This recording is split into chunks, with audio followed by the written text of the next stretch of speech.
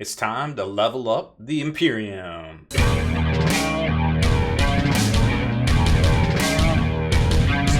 Spiky Bits. Welcome back, Hobby Maniacs. I'm Baer from SpikyBits.com, and we've got new 40k heading on into the reign of 9th edition. So we've got the brand new Ephrael Stern, and we're going to call him Kyganil? I don't know. The Pariah, the Harlequin Pariah that strangely enough, the Eldar can't play. he's pretty dope, actually. And Lord Inquisitor Kira Draxus, the narrator of the whole Psychic Awakening saga from the get-go, I guess what, last fall-ish, give or take right there. Now, these are the new releases for this week. They're probably hitting stores today, as a matter of fact. It's July 4th-ish.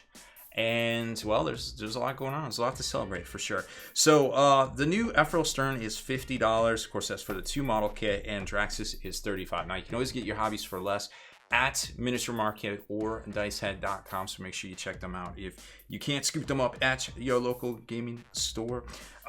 Let's take a closer look at the sprues. We're going to put them together today. Of course, most people already know the rules by now. They've been kind of all over the place. But I'm really interested in how big these are and how easy they are to put together. So first up, we'll take a look at Draxus. Now, this is a really interesting miniature. It's only going to come on one little sprue here on a 32mm base. Comes with the little plastic black kind of clam pack that we've seen in the past. A lot of folks, they tend to think that she's an Eldari, but I'm pretty sure she's Imperium. She doesn't have little pointy ears and stuff, although this picture right here does make them look a little pointy because they're kind of flexed out, so to speak, right there. But I don't know, I haven't seen anywhere in the lore where it says that a Xenos can be an Inquisitor, but there's the sprue right there. It kind of looks straightforward. Leg, front half of torso, back half of torso. But we'll get into the nitty-gritty here in a second with the instruction manual right there. So here it is. We've got top. Just looks like the top goes onto some legs here, and it's the front half, and then the back half with the cape, the little power pack, power supply right there. Her arm with her little dragon or wyvern or whatever it's called, and then the head goes on the top. So you could, in theory, do a head swap if you wanted to, with like maybe a Sister of Battle or something like that. It's got this really cool looking skull over here. I think we saw a bigger version of that in that big skull pack they put out a while ago. The wings are a little wonky. It looks like there's a left and right half. That's the only thing I see on this to be really concerned about. Let's take a look at the sprue here. Kind of zoom in, and it looks like, pretty good details on the stuff. I love the little studs on the little dragon tail right there, and then the power fist is pretty cool looking. There has to be another half to that somewhere. I was just not seeing it, right? Oh, there it is right there. Okay. She kind of looks tiny. She looks teeny. Look at that. Look at the little leg. Little, almost like I don't know. Kind of not, I'm not saying it's a squat, but it looks squatty. It doesn't look like something you would expect to see some Imperium person. It looks a little squished. She looks a little squished in this, I suppose. I don't know. Just look at the length of the leg. Like, it just doesn't, I don't know. Nothing. The design and the detail is pretty cool. I like the plate and the little Baroque little detail right there. But something about the proportions on this just aren't jiving with my brain pan right now. I don't know. Let's get her together and take a look. So there she is, all assembled. And, the model doesn't look bad, obviously. I really do like the look of the plate and everything here. It's very different. But definitely has some Imperium, but some overarching kind of Xenos kind of tones to it. Trophy skull right there. Now you can see the gaps. You always want to use a little thin cement. You can get this from Tamiya, your local hobby town, local modeler place, or some plastic putty. We got all the links to that if you're looking to scoop it up in the description below in the comments field, of course. Cape looks fresh. I like the power plant. I like the three-dimensional look to this right back here. You can see that there really isn't a whole lot of gaps or anything like that. Everything is pretty much covered up very well. And then up here, you can see the one little gap in the wings there that kind of spotted in the instructions there. But everything else looks pretty dope. This would look good with a different head, although you'd have to be very careful because it is kind of a smaller style model. Now she does, I think because of stepping, it looked a little squatty. I didn't know what to make of that, but I don't think it looks disproportionate now that it's together. And that's sometimes what happens with GW models is you see one angle of the painted version, you're like, that looks terrible, and then you get it in your hands, you put it together, you're like, wait, this is pretty cool. This looks good. And I think that's kind of what happened here. So wingtip to foot, she's taller than a Primaris, it looks like, which is kind of interesting. This is an impressive wingspan, so to speak. So pretty cool looking model. We didn't really cover the rules. We don't really do that a whole lot, but you know, she's got the power fist, she's got the little pew pew, and you know, she's not too shabby, to be quite honest. So I think I could see a lot of people buying her, but I imagine we're gonna see more people scooping up Ephrael Stern, which of course brings us to this new 2-pack model for $50 US. So they look to be 32mm bases here. A lot going on in the box as far as that goes. I imagine it's a 2-sprue kit. If I had to guess, I would say very much so. I'm gonna come with your little traditional little slider tray. We saw something like this with Aramon and some other models there, but once you pop it all out, you've got, I don't know why there's 3 bases in there. It should only be 2, but we'll find out here in a second. Well, let's take a look at the assembly instructions first. So assembly wise, just spitballing at this. I mean, it is going to go together a little different from traditional sisters. So she's kind of attached to the terrain right here already, and then going to be a left half, or a back half rather, with a her right-handed power sword, and then it all kind of starts to go together as an assembly. Now her head, her face is separate from the Super Saiyan hairstyle back here. But that being said, maybe that gives it better design. Now, I'm a little skeptical about that.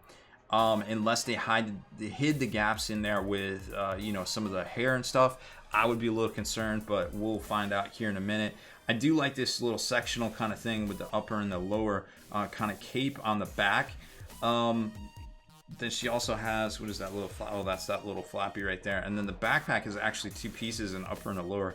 Very interesting. We haven't seen anything like that before. And then the rocks are going to be separate pieces around it to kind of assemble this dynamic look. And then Kyganil, really interesting here, where it's got like 2 parts to the front, which you can see right here where they put the colored slivers, and then his arms go on and his head goes on right there. And you know what? I didn't notice.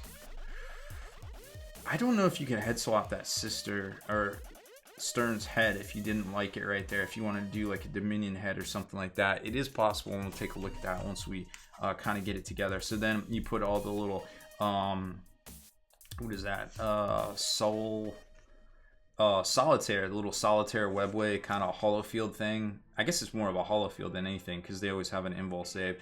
That's pretty cool to see. It almost looks like he's kind of walking the path. Very cool. So here's his rules if you want to take a look at it, but you've probably already seen it by now. Very interesting stuff. Very interesting stat line for both Stern, who seems like she could definitely hold her own against Primaris Space Marines, and Kyganil, who definitely isn't a slouch in combat. The only thing holding him back might be that strength 3 on his weapon right there.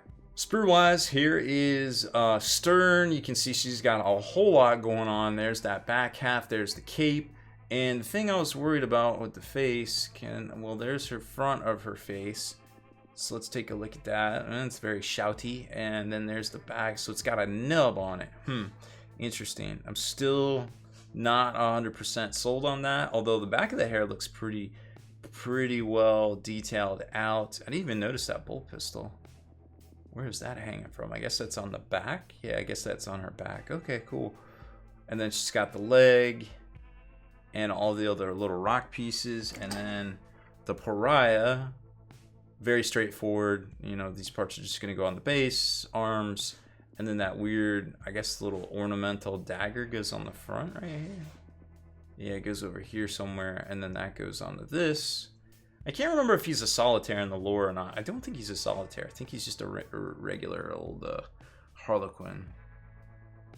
But the Demonifuge novel will be out July 7th, so I'll get my full color hardcover version of that. I still don't know the complete ending to that story, because GW basically, I never got the comic book, and then I think they locked they never did reprints, so I didn't even find out until they did the reprint in 2016, which I didn't buy. Very sad. Anyway, so very much looking forward to that next week for sure. Let's get these models together and take a look. And here's the Pariah all assembled up. And I actually didn't notice. I thought that was some sort of ornamental blade, but it's actually, I guess, a las pistol of some kind, or a shuriken pistol. Oh no, it's that thing with the one where they stick it inside of you and it's like it expands to monofilament. Huh, that's cool. So it's actually in a holster right there. It was really hard to see, but I mean, look at that face. Like, the detail work on this model is just very superb, and you can see the little spots with the hair and the gaps and everything. That's why sometimes it's good to use that really thin glue, and you can see the other piece right here to his leg, because it'll cover up those gaps and you won't have any issues. And we just kind of assemble it that way in the videos, just so you can kind of see where, you know, some of the problem areas might be. As far as flash goes and things, is definitely not too bad. We've seen way worse in the past there, and you can see where the other I think it was, oh, I lost it. I think it was right there, but actually that doesn't make sense. These are two separate pieces, so it wasn't that. And then Ephrael Stern herself. Now this model, I got to give it more credit. I wasn't sold on the pose. But once I see it together here, and they did hide that gapping in the hair, which I think is pretty incredible.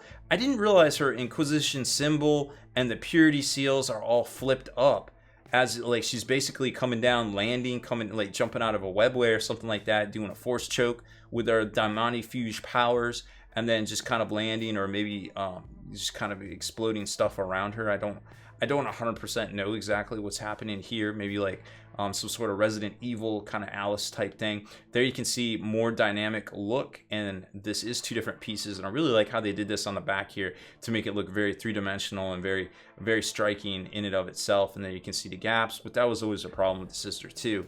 So nothing we didn't really know about, but I really like how they did that head. I was worried about it at first, but it kind of came together very nicely. And then there's her sword sanctity, and it's very cool, very, very well done. I feel like GW has outdone themselves.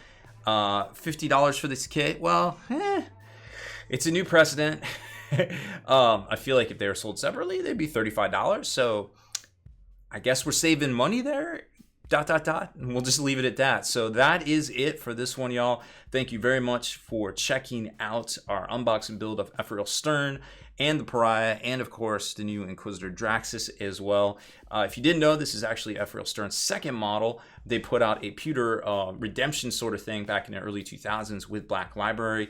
You can, I'm sure, Google and find out more about that if you're interested in it, but I can tell you right now the sculpt isn't as good as this one for sure. This is a way better sculpt.